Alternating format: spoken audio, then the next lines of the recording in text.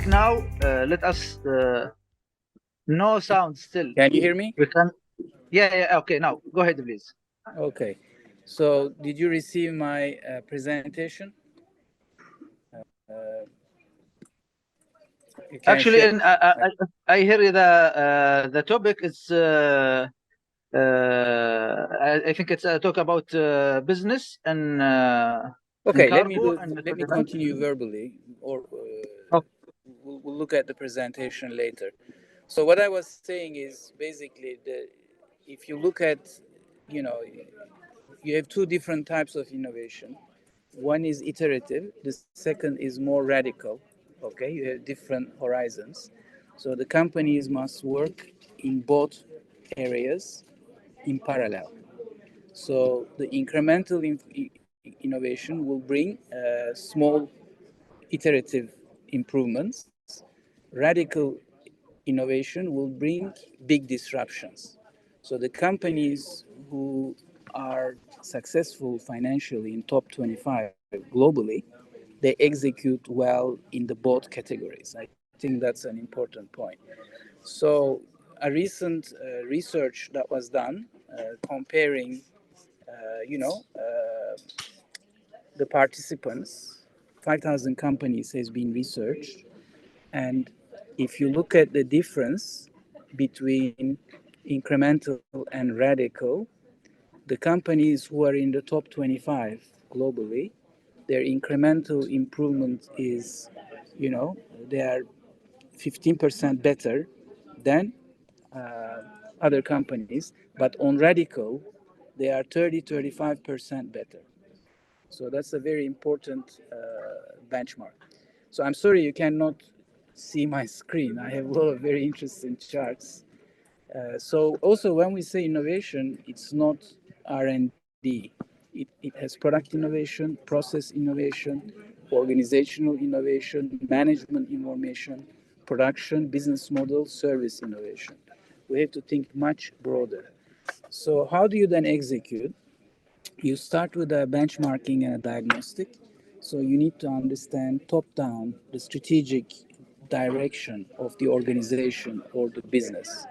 So then you need to understand the strategic intentions of the company. You cannot just innovate, you need to have a direction, you need to have a context. So you need to have some workshops with senior executives, start with that. And then based on that, you can open up the ideas generation in the company. And then you need to have structured processes, to be able to see through the implementation and to get to the results. So I think the clarity is very important in terms of strategic positioning. Why is the first question, whether it's profitability, market share, type of innovation strategy. That's key. And then what? After why, you need to focus on what. Most companies focus on product and service, and that's not sufficient. You also need to look at your processes, your organization, to be able to support the delivery of your intended products and services. Otherwise, you may have great ideas as an organization, but if you are unable to execute, implement, then that's not going to help. And then you need to address the how. So the capabilities, the culture, and the leadership style. These are very important. So when you look at, different stages, I think this chart really, you need to be able to see it to understand these charts. But let me do my best, try to explain it to you. So when you look at growth versus profitability, in both counts, the corporations, organizations, companies that invest in innovation, they perform a lot better compared to other ones. And the area that is most profound is ideation, project selection, and development. Commercialization is less in terms of the gap. So the biggest benefit you get with structured innovation is the first three steps, which is generating ideas, prioritizing ideas, and developing ideas. So that's where you are going to have the biggest, benefit. The slide is showing you a diagram, if you like, whereby we have the shape of different successful companies across platform, products, services, customer insights, customer experience, customer engagement, value, processes, supply. So you have different charts showing the best practice, top 25 companies globally, financial performance driven by innovation. How do you compare with an average company? And it's amazing the differences. So in terms of value proposition, it's actually very close because companies are very good in doing that. But in terms of actually the products and service, in terms of capability to deliver, there are very big differences in the way in which you execute. So then if we look at the process, it starts with an innovation survey. You have AI-driven, tools where 30 to 40 people from the organization runs through a 20 minutes, half an hour question and answer session just to capture the innovation practices in the company. So this then goes into a AI-driven database whereby you are mapping how this organization is comparing with 5,000, if you like, average globally, and looking at the differences. So from that, then there are things to be done, as well as running an innovation campaign. You may want to improve the processes, you may want to improve the leadership style, the culture of the organization. And then in terms of executing an innovation, so it's about getting the top-down strategic input from the workshops and put in place a team who's gonna ideate, generate ideas, prioritize ideas, select, and then test.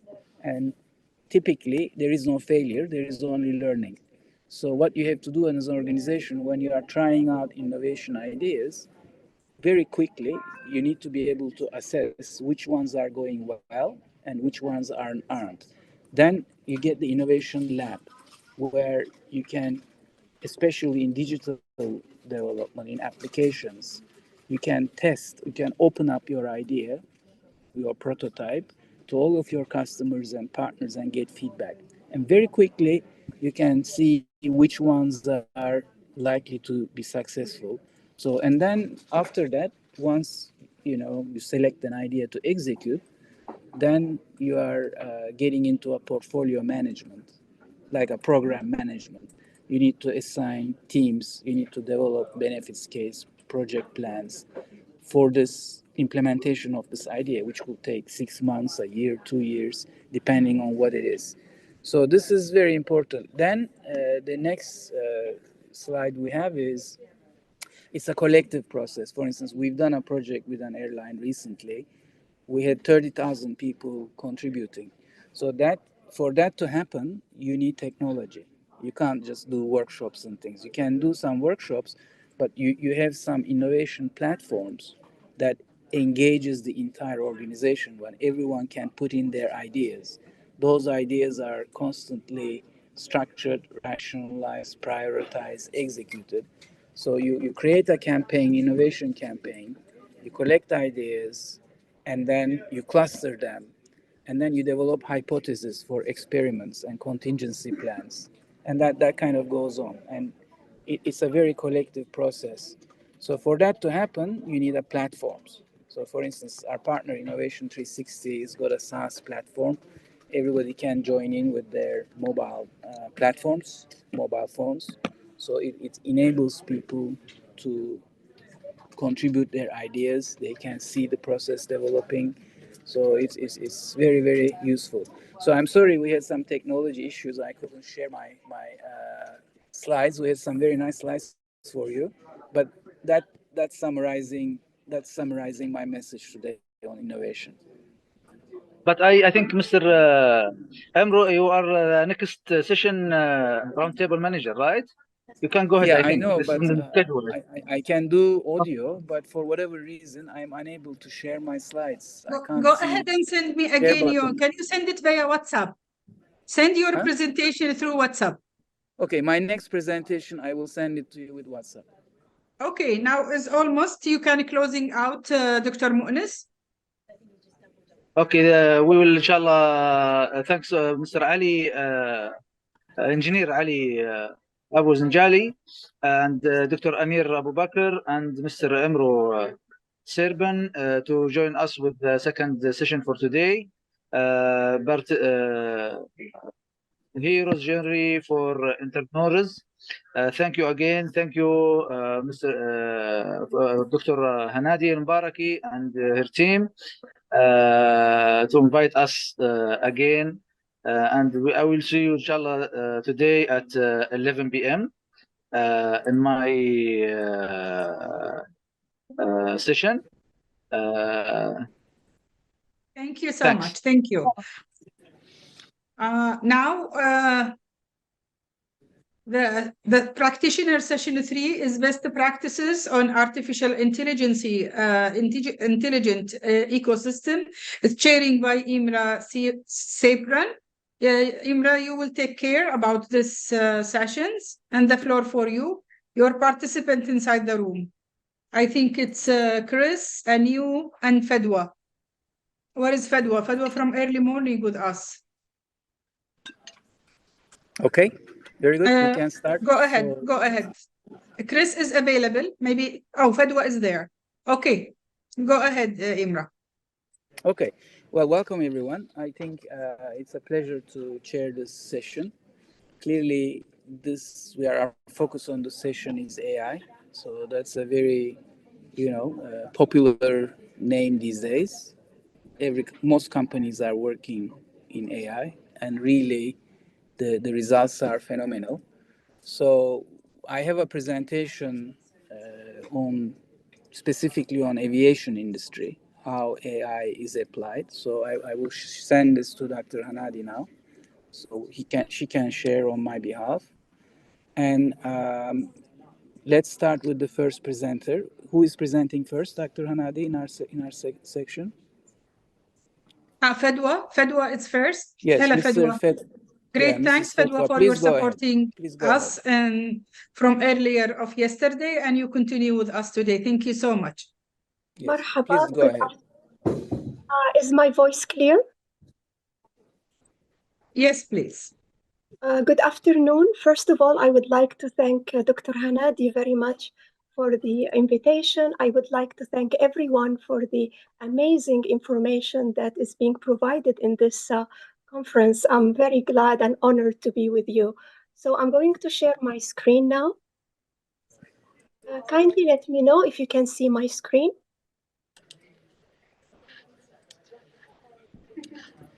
Yes, go ahead. Perfect. Can you see my slides? Yes. All right, so I'm going to start. Today's presentation is about best practices of artificial intelligence ecosystem. My name is Fadwa albawardi. I'm CEO and founder of FASAP Consulting Office Information Technology in Saudi Arabia. So the topics that I'm going to go through today, they are mainly the big picture, the role of artificial intelligence in the digital economy in Kingdom of Saudi Arabia. Then I'm going to talk about AI ethics and global challenges affecting Kingdom of Saudi Arabia. And I'm going to go through the AI ecosystem and best practices to overcome the AI challenges in KSA. All these topics are from my perspective as a digital transformation consultant in Saudi Arabia for so many years. So why these topics in particular? One practitioner example is during my consultancy role in KSA's National Project for COVID-19 Prediction Model. This was a major mega project, national project with Ministry of Health as well as SEDAYA. And during this project, we aimed to predict the percentage of all infected KSA patients in Saudi Arabia based on cities, locations, jobs, and demographics, as well as predict the percentage of availability of ICU beds for COVID patients in all KSA governmental MOH hospitals. The lesson learned from this project is that we have to have a very good, excellent data strategy implemented as a key enabler before we can have artificial intelligence implemented as an emerging technology. And during the coming slides, I will go through these important topics about having data, AI, the digital economy, and how it affects mega projects in Saudi Arabia. Another practitioner example is during my consultancy role in Sadaya's Data Management Office's coordination with all Kingdom of Saudi Arabia government entities. There is a major initiative in Saudi Arabia. It has been going on for a few years in order to have in every governmental entity a data management office. And these data management offices, they all coordinate with Sadaya. And I was privileged to participate in this role in coordinating with these entities for some time before I had my own business, in order to make sure that their data management, the data governance, the data quality, everything is intact.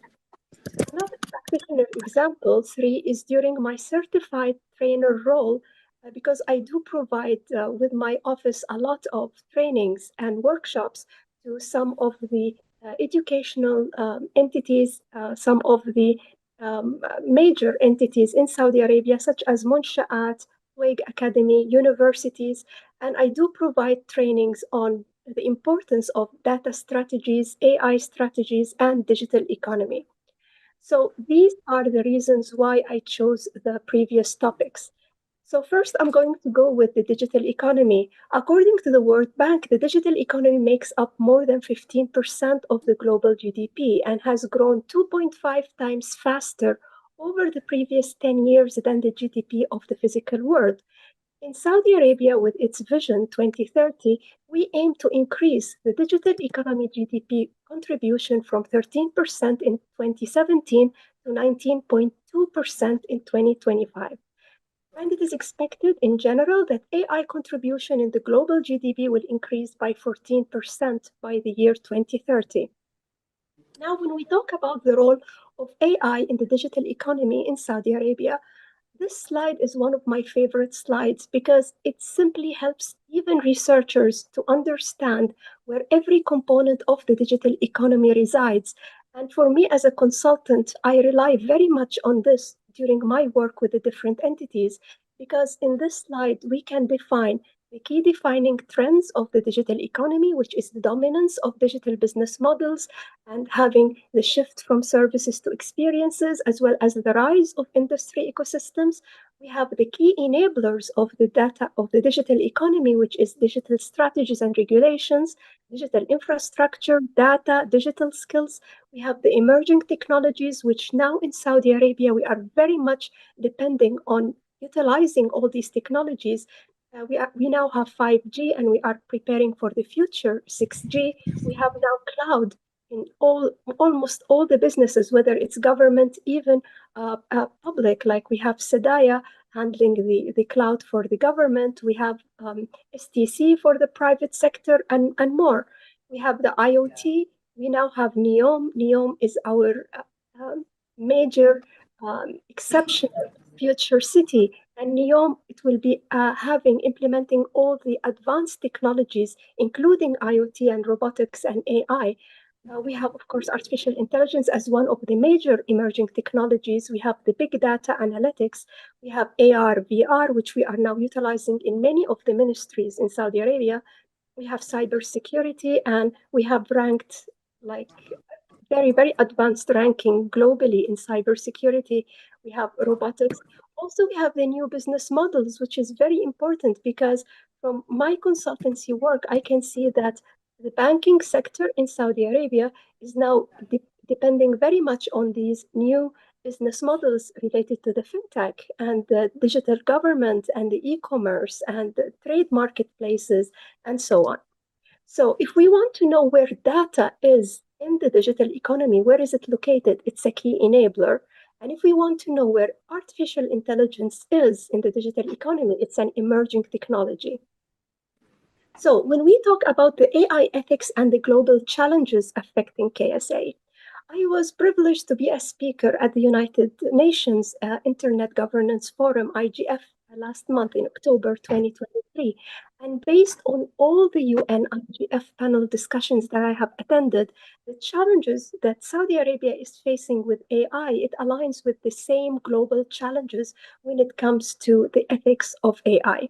So, artificial intelligence, what do we want with artificial intelligence in Saudi Arabia? What is the ecosystem of artificial intelligence? What does it want? It wants artificial intelligence to be trusted by promoting responsible and trustworthy AI systems, whether it's in education, whether it's industry, whether it's smart cities, and so on. So we need to have global policies and regulations which ensures that we have a deeper cooperation between governments and tech companies, as well as reporting risks and threats for efficient global response. We need to have a global governance system that is effective and inclusive. Saudi Arabia understands very well that one country alone cannot actually implement everything.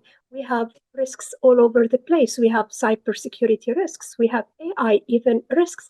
So it's very important for everyone to come together and put their hands together in order to have a global governance system that is approved and followed. We need to have unbiased AI input and results that will be mitigating the bias. We need to have transparency and a common vision for the positive future of AI, as well as AI ethics in regard to compensating replaced jobs.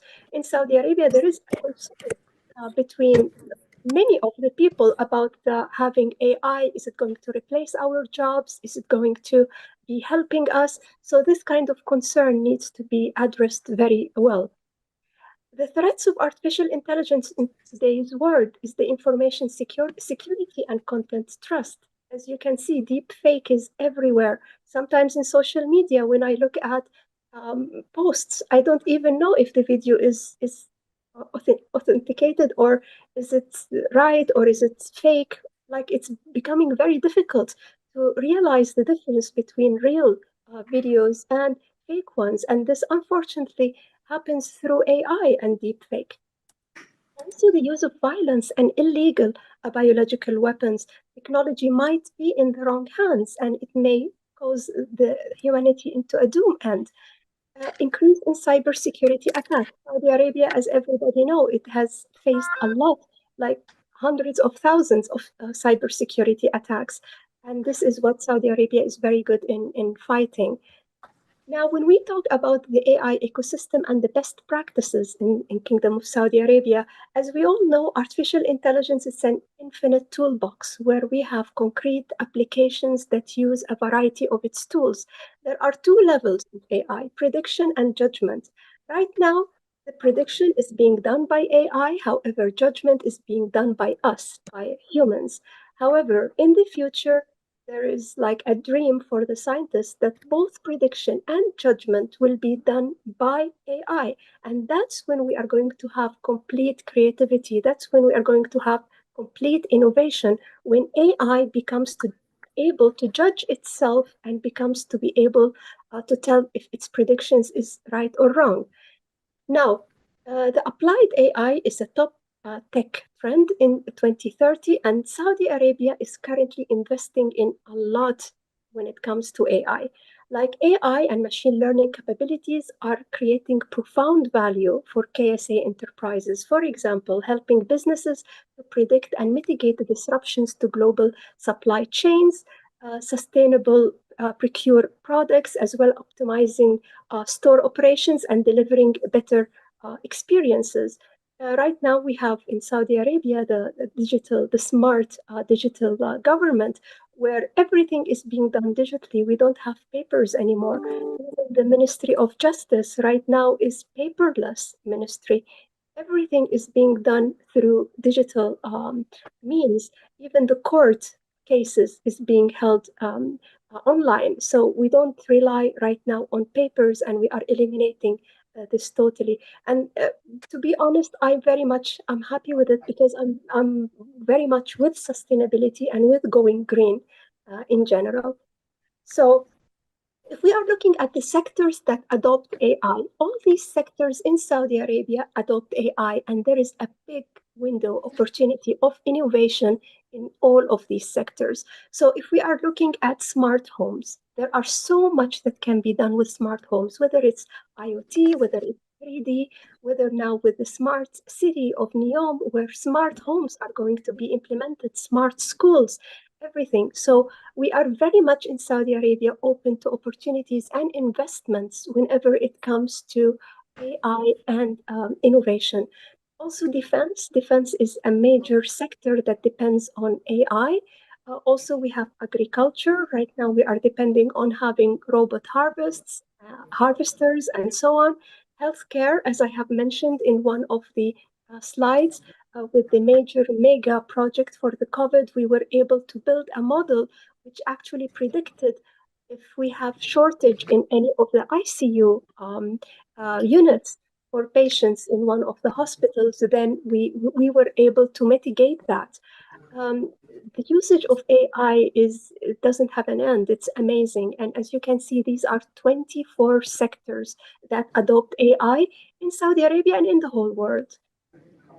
If we are going to talk about the AI ecosystem, as you all know, artificial intelligence, this is the big part, the big ball, and inside it we have the machine learning, which is a subset of it, and then inside of it we have the deep learning.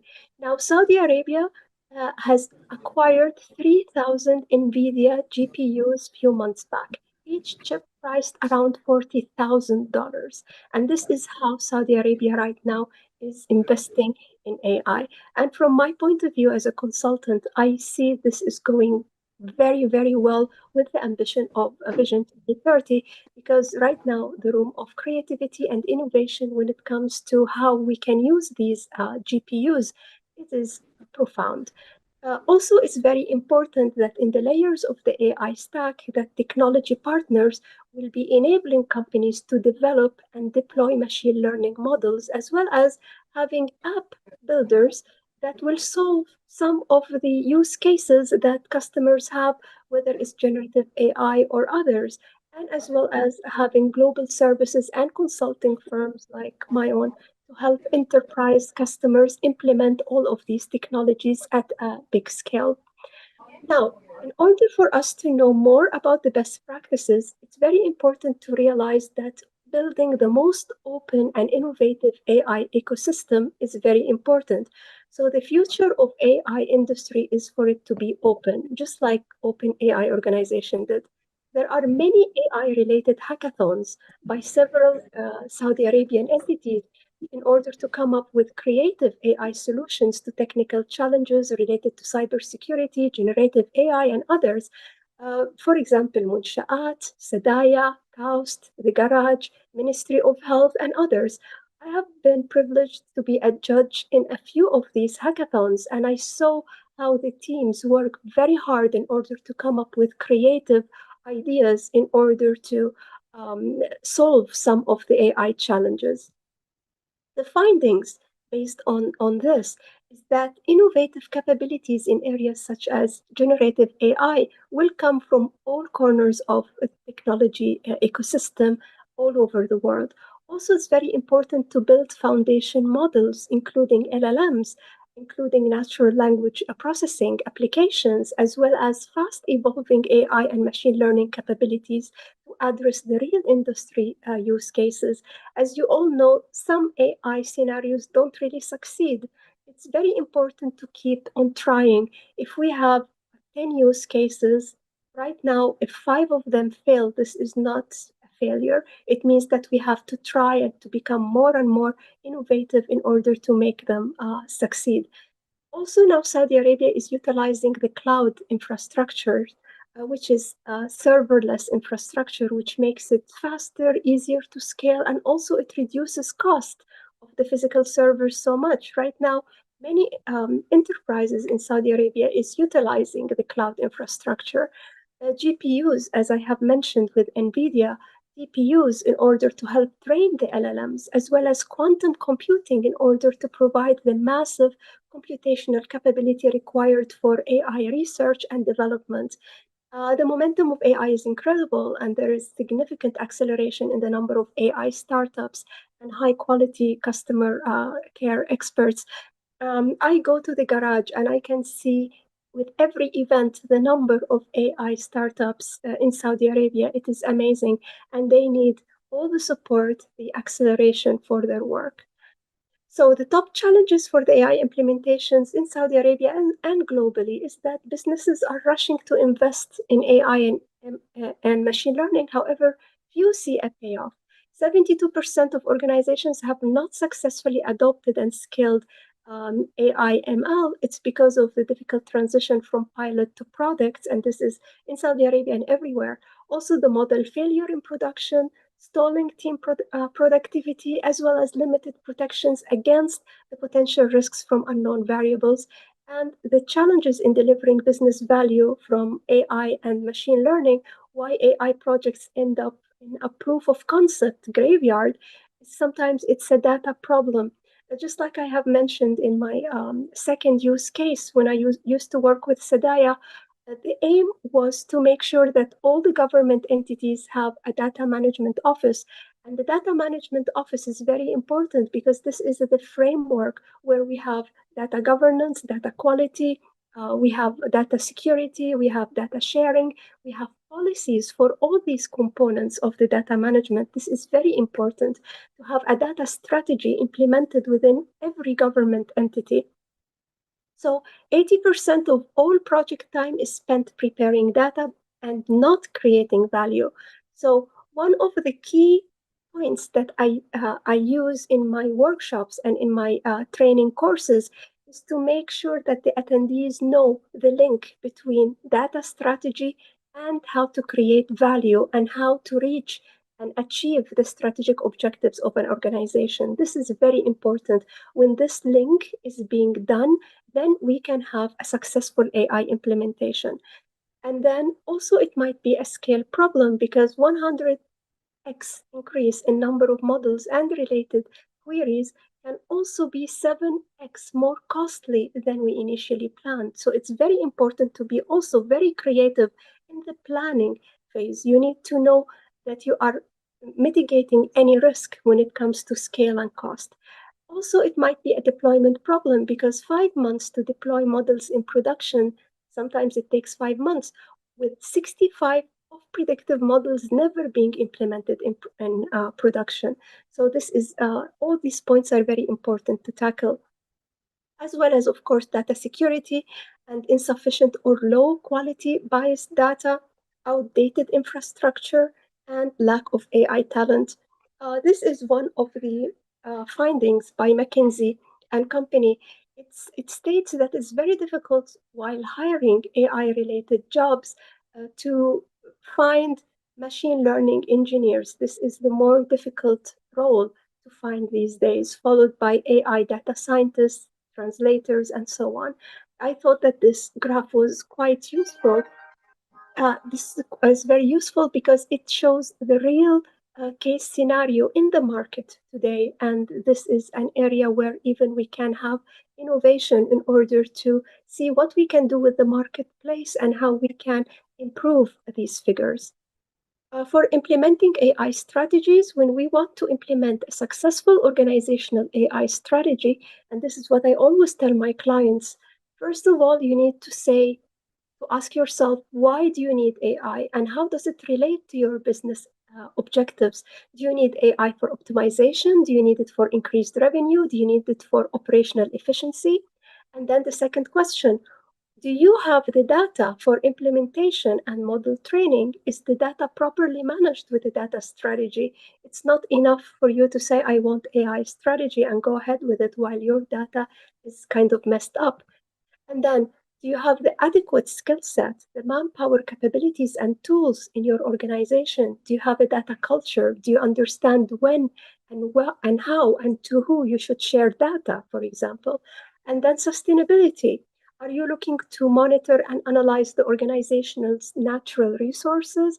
When we are talking about entities, major entities like ministries, for example, are you measuring the emissions data? Are you measuring the sustainability practices of suppliers and supply chains?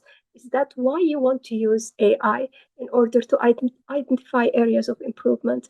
And then, are you measuring the impact of post-AI implementation on your business value and business processes? Using ChatGPT, this was a question that I have posted with ChatGPT a few months back about the AI strategy on an international level, not just on organization level. What is the best strategy and steps to be taken for a country to be ranked #1 globally in artificial intelligence? I got the answer from ChatGPT in 2 minutes. It stated 7 steps that a country needs to do, and all of them were actually very much aligned with Saudi Arabia and what Saudi Arabia is right now doing in order to reach very high rankings in AI, as well as fulfill the objectives of the Vision 2030. These are going to be my final slides. I'm going to just go through very quickly some advanced technologies that I highly recommend to all my clients whenever they think about value creation based on data and AI. Quantum computing, if you are, for example, in KAUST or one of the major entities, enterprises that can actually afford to have quantum computing, it's very important to invest in this. It's very important to use quantum computing with AI.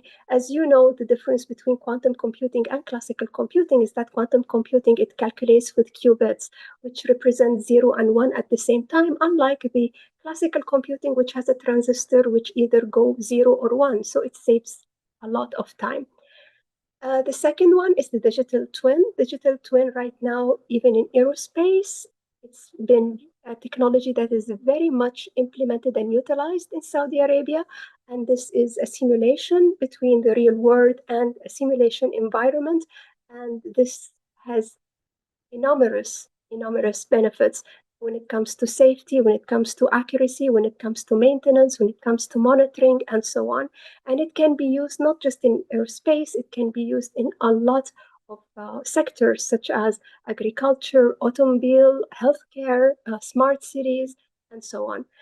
And data as a service, as we are now shifting to the cloud, data as a service is a very important concept because you can have the storage, the processing, and the analytics of data on the cloud. You don't have to do it in premises physical servers anymore. So it saves a lot of time, cost, performance, and so on. And we have, of course, other terms that are very, very important to know, which is the infrastructure as a service, the platform as a service, and software as a service. And having these terms implemented with the clients that come to me to ask for consultation, I always assure them that these technology investments are very much worth it, and they should not really worry about the cost, because on the long term, when you have the cloud service, it will save you a lot more money than having physical servers, and so on.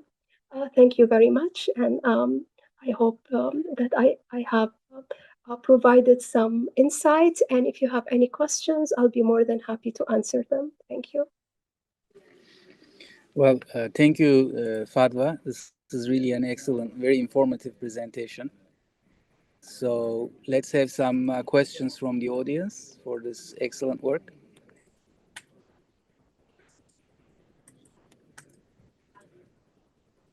Okay, I have one for you. So you shown many sectors. Which sectors where you see AI very prominent? I actually spent a lot of time in Saudi Arabia. I was the head of strategy for the airline, Saudi airline, and also did a lot of work with the airport. So I know the country well. So where do you see AI making a big impact in the country? That's the beauty of Vision 2030. Right now, there are strategies for all the ministries, for all the government sectors. Each government sector has got its own strategy, and these strategies are becoming digital strategies. So it very much relies on technology as a driver. Now, when we talk about artificial intelligence, it is being used in all these sectors. I cannot really say that one sector is utilizing technology more than the other. They're all utilizing it on a very quick pace. Very good. So it's a development across the board. I think we'll have a session at the end where we have a QA session. Maybe we can pick up more questions then. Thank you. Thank you very much. So, Dr. Hanadi, I sent my presentation to your WhatsApp. If you can kindly share, I can talk through the slides.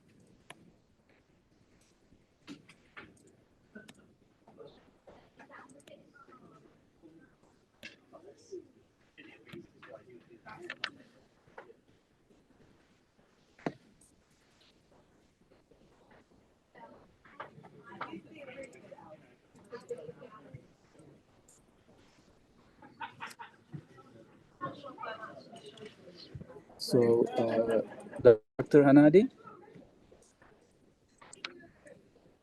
Yes, the next presenter is Chris. Chris?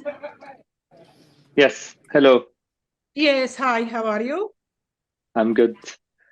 Go ahead, Chris, and present your... Okay.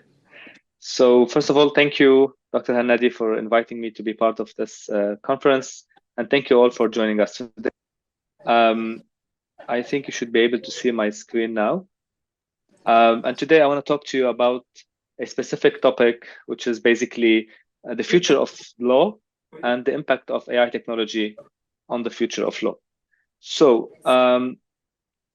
quick introduction about myself. My name is Christophe. I have a background in software engineering. I've been working in the tech field for more than 14 years, and I've been involved in artificial intelligence for the last 8 years.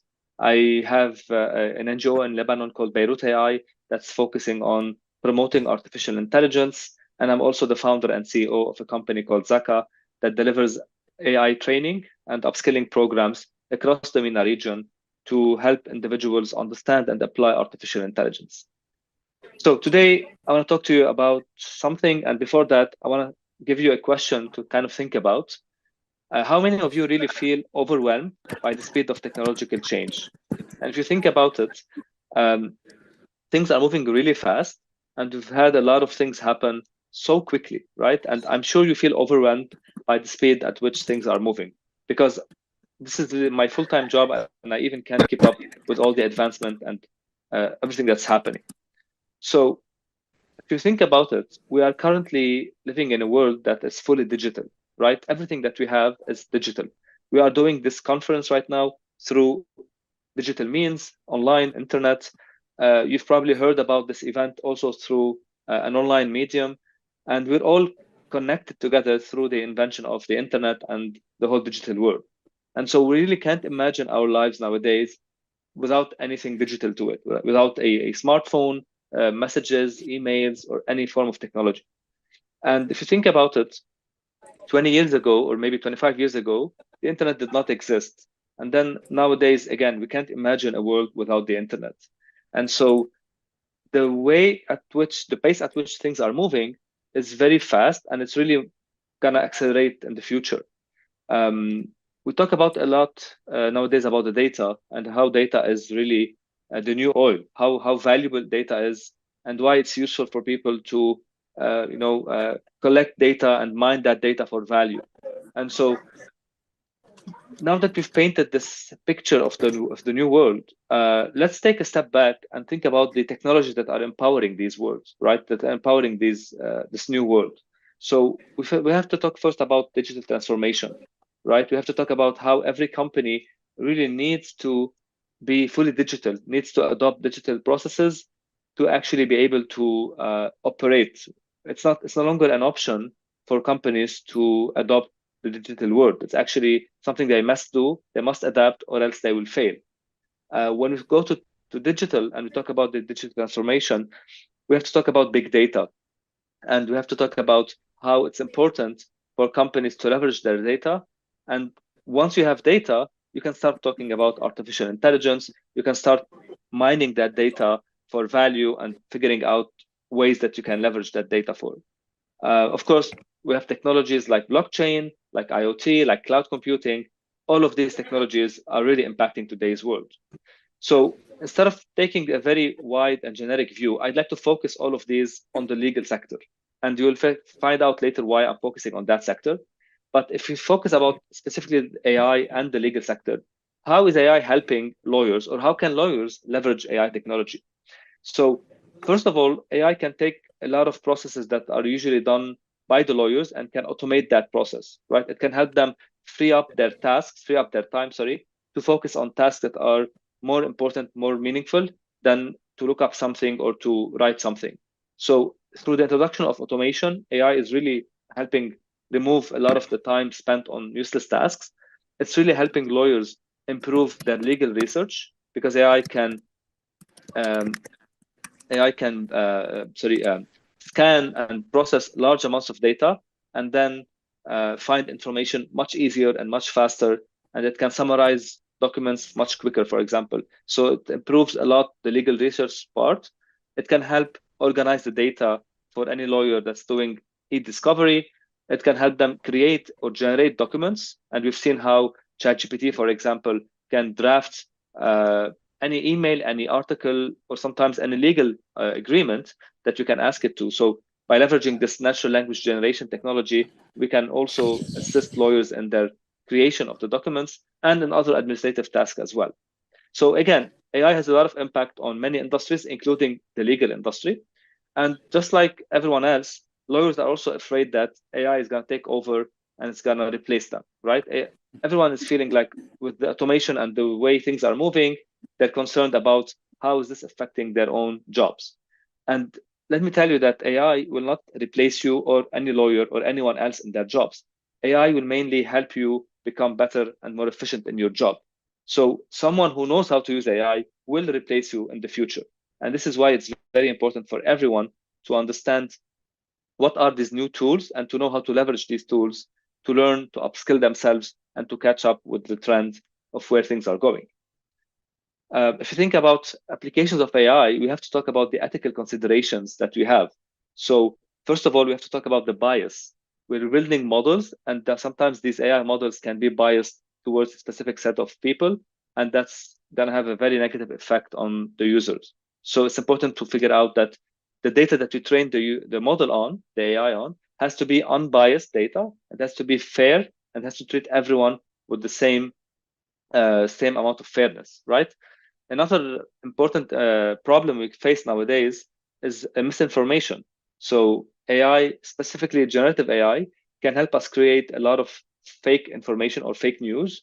And most of the things you see online today, you cannot really trust it that this is factual information, right? You have to really fact check everything you see and everything you read, because it's very easy now for anyone to create fake information, whether that's a text or an image or any type of content.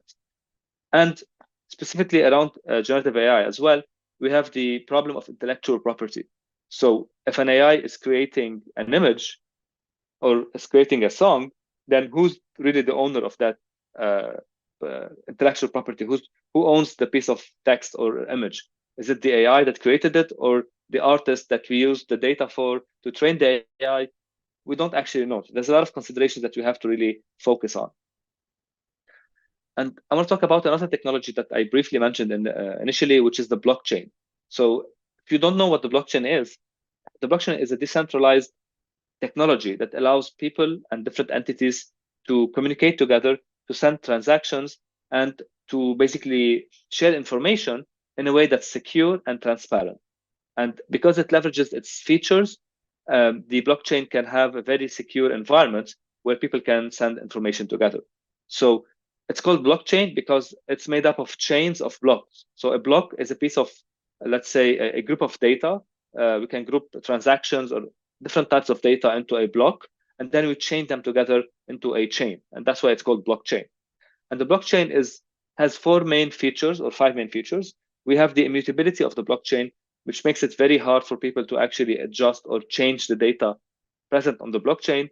It's decentralized, so there's more decentralization process, which ensures the security part of it. So there's no main actor that can suddenly decide to change data or to play around with the data involved.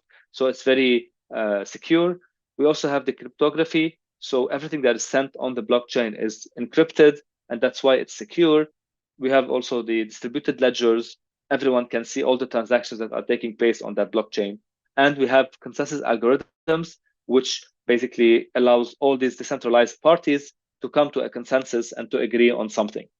So all of these technologies and features is what makes the blockchain a very powerful technology. And the reason why I'm talking to you about blockchain is because I'm interested in talking about some applications of the blockchain. And the first application, which I'm sure everyone knows about, is the cryptocurrency. We've all heard of Bitcoin, and we've all heard of Ethereum and all of these other altcoins that were created on the blockchain. And so cryptocurrency, which is basically a digital or a virtual currency, is one of the applications that the blockchain allows, right? Another also technology or application that we've heard of is the NFTs, or non-fungible tokens. So I'm sure you've also heard of NFTs that were very, very big last year. And NFTs are also an application where we create a certain token or a certain element, a digital element. We put that on the blockchain. It gets a unique ID. And now everyone can know that this digital asset belongs to Chris or to someone else, for example. And so, again, NFTs are a very interesting technology. But to bring it back to the point of why is this important for lawyers? Well, actually, these technologies are disrupting the legal practices, right? Nowadays, we have something called smart contracts, right? Which are basically contracts that are created and put on the blockchain, and they get automatically triggered and executed when specific criteria are met.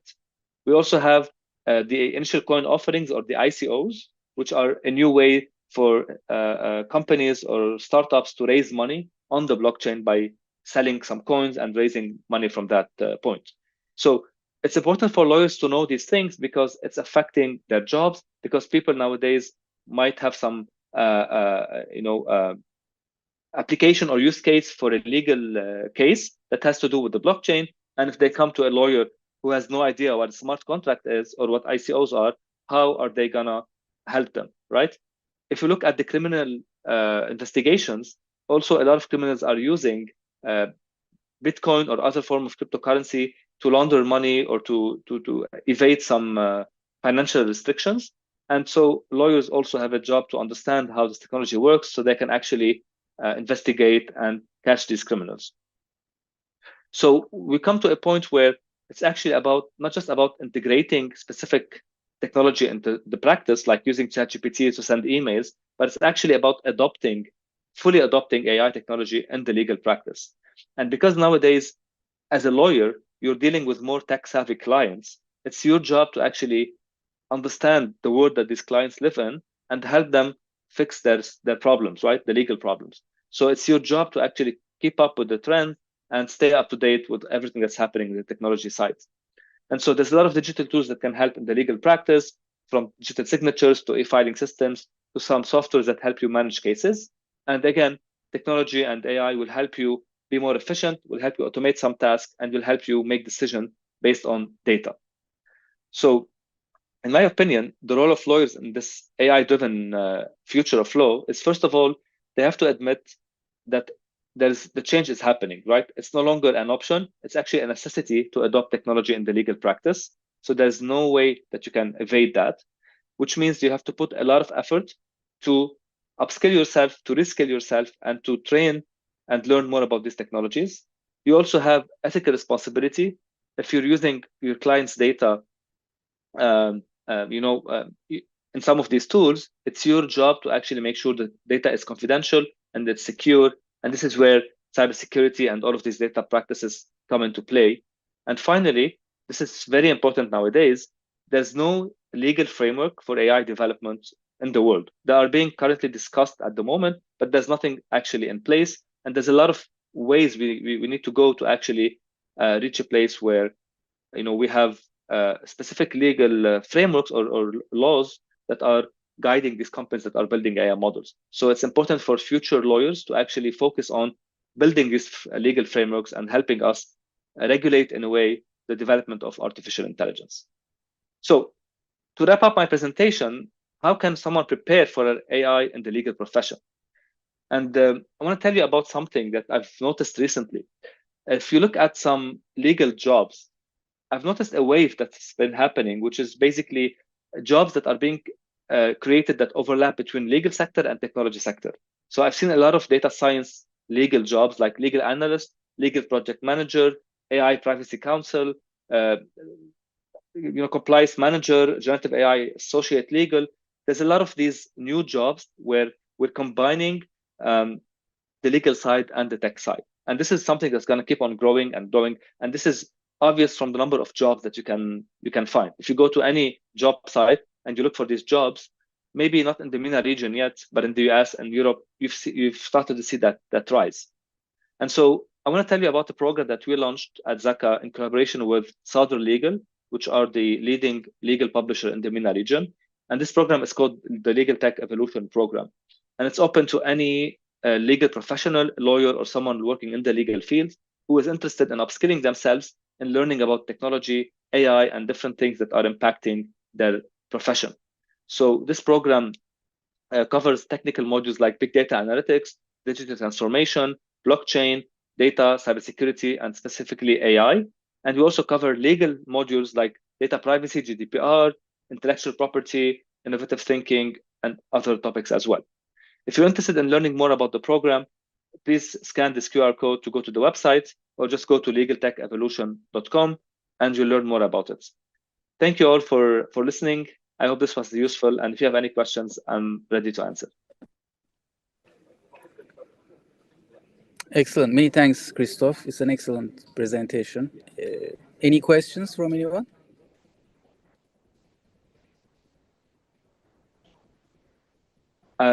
I saw a question from someone in the Q&A.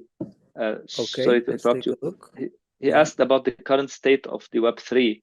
But yes, I'm sorry, Mustafa, I don't think I'm the right person to answer this question, because I'm not really an expert when it comes to Web3, right? But I do know that there was a lot of hype last year about Web3, and it's still a useful technology, but the hype has died down, right? So I hope this answers the question regarding the current state. I have a question. I think I have next presentation on aviation. You are on legal. I have some examples, like we can't really do any projects now without AI, Gen AI. It's so useful. As a lawyer, when you are executing, the cases, in practice, where do you use AI? In practice, so you can use AI to help you look up some information, right? So in the legal research, if you want to find, previous cases of something or understand something, it helps speed up the legal search part, right? Because nowadays, similar to Google search, right? 20 years ago, you had to write exactly the word on Google search to get the results. But nowadays, Google understands whatever query you give it and gives you relevant results. And this is using natural language processing, or NLP, to understand the query, right? Same thing can be embedded now into these legal softwares or programs that are helping lawyers research things much easier. So this is one thing. It can also help you, by drafting some 80% of the agreement and leaves the last 10 to 20% for you to actually add the specific detail. It can help you in organizing the data. It can help you in the, this is a high level overview, right? So yeah, I think a lot of ways AI can help speed up your tasks. Very good. Thank you, Christophe. So, Dr. Hanadi, I sent my presentation to you. If you can kindly share, I can speak to it.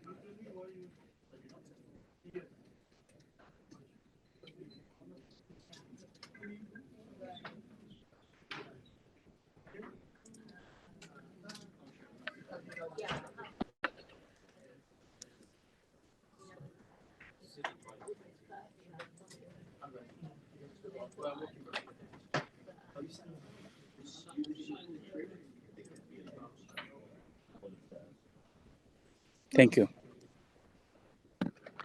Okay.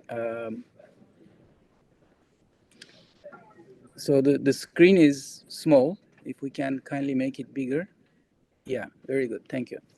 So, okay, I think this is similar to Christophe's presentation. That was more on the legal side. This is more aviation, but looking at from different angles. Business advisory, technology advisory, airlines, airports themselves, how AI is being used. So it's a very practical presentation. Maybe, Dr. Hanadi, we can move on to the next slide. So I think very briefly, we work with very large companies worldwide. Like we work maybe 100 airlines, 50 airports. We do strategy, privatization, digital strategy, digital transformation. And, you know, our partners include big companies like ACL, Wipro, Sabre, Capgemini. So we see a lot of common threads in different companies in the use of AI. Maybe we can go to the next slide.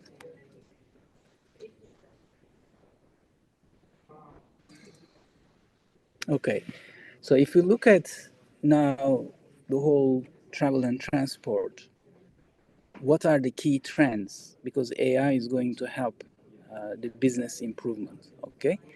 So the value-added services is a big area because if imagine you are an airline, you are trying to decide where to fly. I'm just giving you a practical, simple example. In the history, in the past, it used to be easy. You just look at, you know, passenger numbers in the past that's available between those two city pairs, and you run your models. And if the results are favorable, you think you are going to get sufficient passengers, then you develop your plans. But imagine now there are no previous passengers. It's a brand new destination.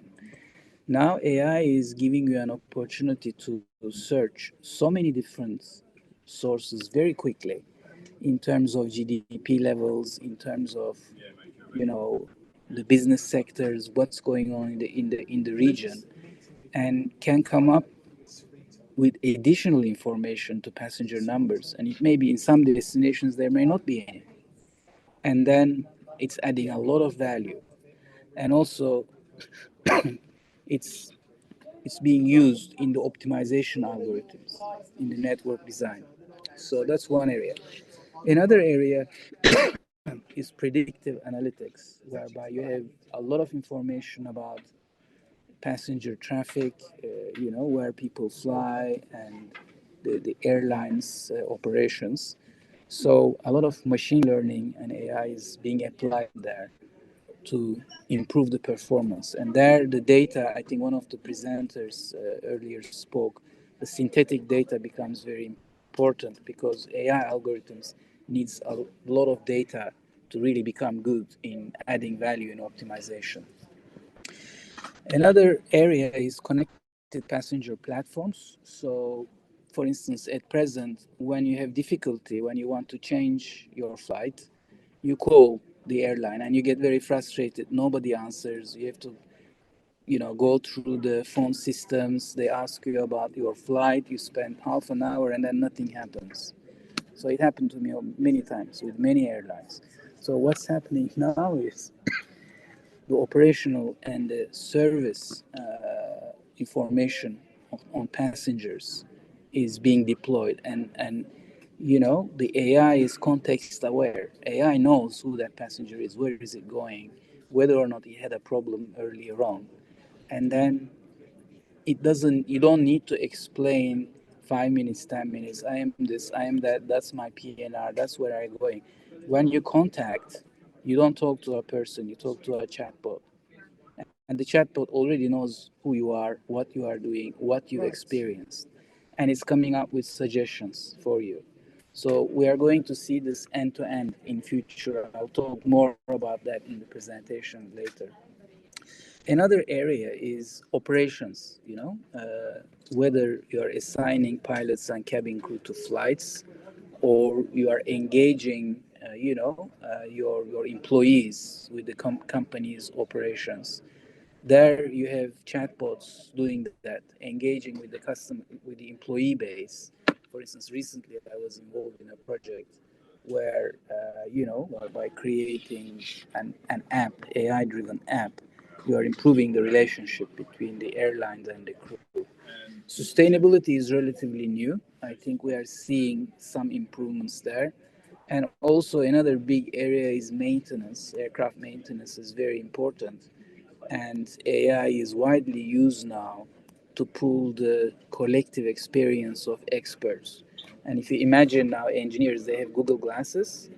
When they look at a problem at the aircraft, they can read, what the AI is advising them to do. So they don't need to carry manuals, and suddenly that person has access to tremendously more experience, collective experience of his peers and the AI on how to resolve the issue, the maintenance issue.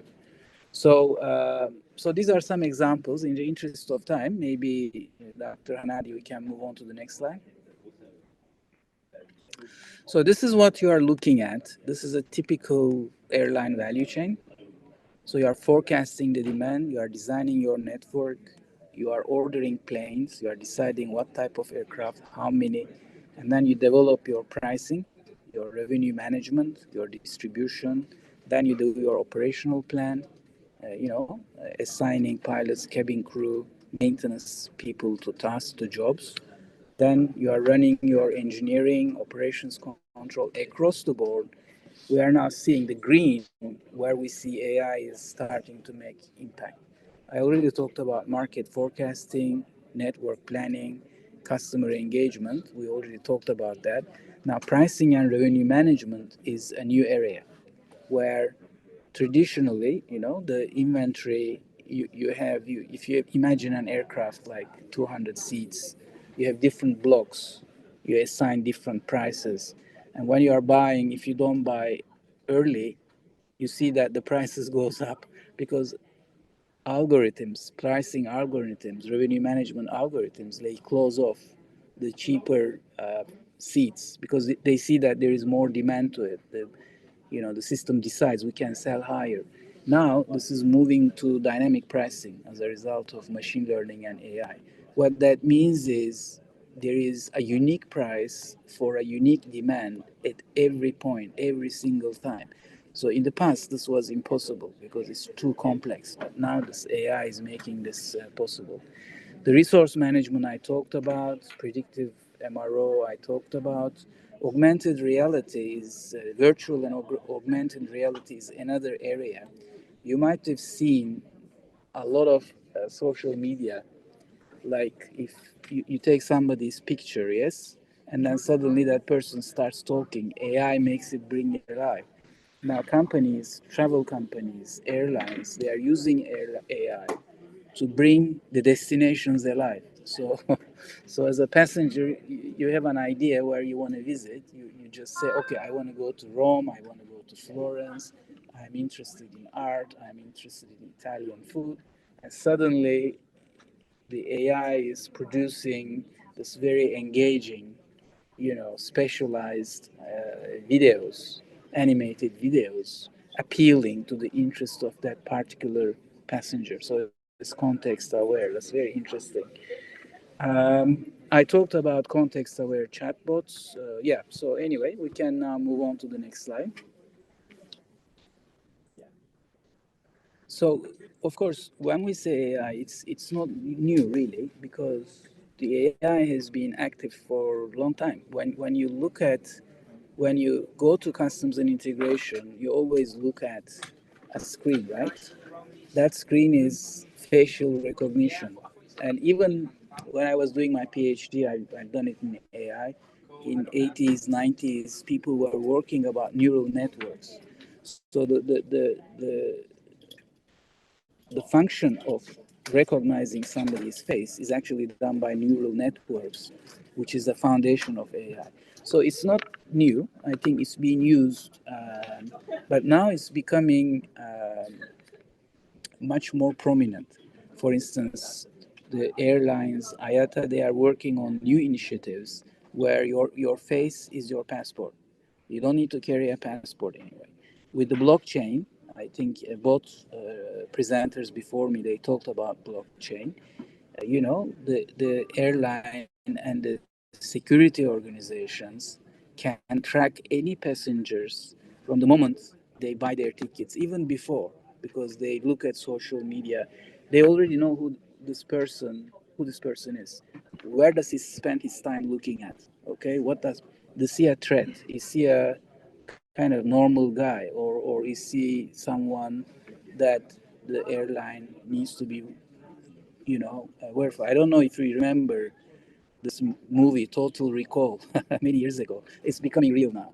So you just walk through, and so what will happen with that is the getting to an aircraft or a train will be a lot faster because of this, because your face is your passport. And if there is a question mark about a person, maybe it's 1% or 0.1%, very small percentage. This is not delaying the rest of the boarding process. Okay, so Dr. Hanadi, maybe we can move on to the next slide. So let's look at now a little bit deeper in different functions how AI is helping. And I will just talk about practical examples. Customer service now is very important because to be able to serve customers is very expensive for airlines because you need somebody at the end of the phone, and the people who get agitated during flight, they want to talk, they have issues. And if a flight is canceled, if there is a delay, you have another 200 people calling you. They want some attention. They want to be taken care of. They want to know what's going on. Typically, it's very, very expensive and time-consuming process for airlines, and it's not done traditionally. It's not done very well. You get into a phone system, and then you get some instructions. You often end up frustrated, But now, as I told earlier, AI-powered context-aware chatbots, it's making it a lot easier. And also, right from the beginning, when you are planning your trip, through AI-driven, exciting features about your destination, selecting your flight, it's a lot more interactive, helping passengers.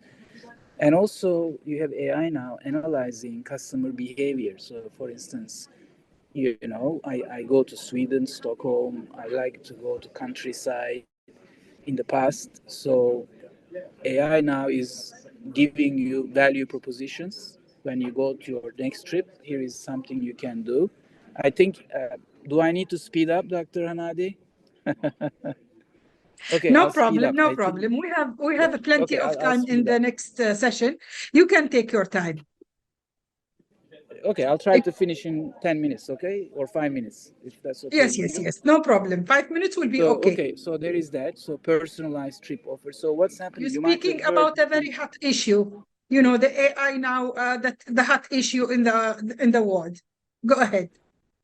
Yes, that's very, very important.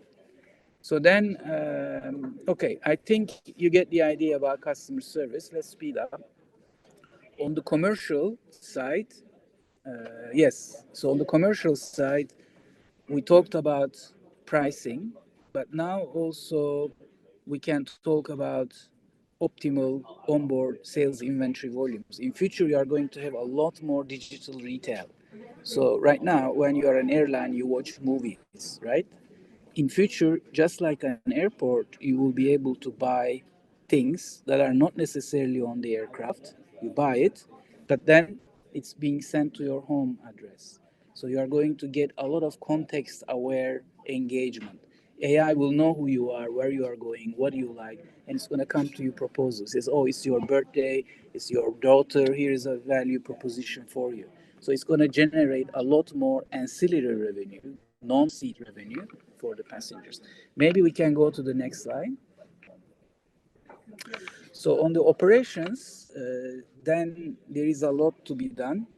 It's ranging from optimizing the flight patterns, where should aircraft fly, whether or not pilots, are they tired, they can watch the AI can watch the pilot executing the flight, and then it can give recommendations for improvements. How? Because it's comparing with an idealized flight plan, fatigue trends. Then it says, okay, the way you are doing the rostering, it might be very good for you because you are working this guy really hard, but this pilot is getting really tired and it's making mistakes. So it improvements in the rostering process, and also on the maintenance, how to improve maintenance yield. So it's giving recommendations, and the chatbots as well, just like on the other examples. So I think that's and then one more slide I think we have. Let's go to the next slide. That's my last slide. And also the back office systems. For instance, fraud detection is a very big area. A lot of people, they just create fictitious bookings, travel agencies to get money from airlines. AI catches them. Financial planning, financial report generation, just like on the legal case earlier, we've heard. Now you have AI doing a lot of heavy lifting, and then the senior finance people, they are overseeing the accounts. It's produced by AI. Risk management is another one. The whole HR is changing very fast. Like when you are going to apply to a company, you are dealing with AI. AI is evaluating your CVs. It's much more than CVs now. AI is checking you out, who you are, before you apply to the company.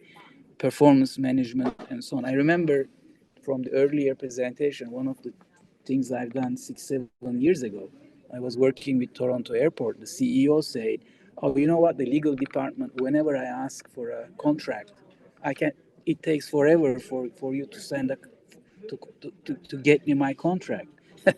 So he asked me, he said, "What can we do here?" I said, "Well, why don't we do AI here?" So we put in an AI system whereby with optical character reading, you read all the contracts, and then retrieval becomes very fast. And furthermore, when there is renewals, 90% of the work the legal department does, then AI is doing it, a senior lawyer is checking it.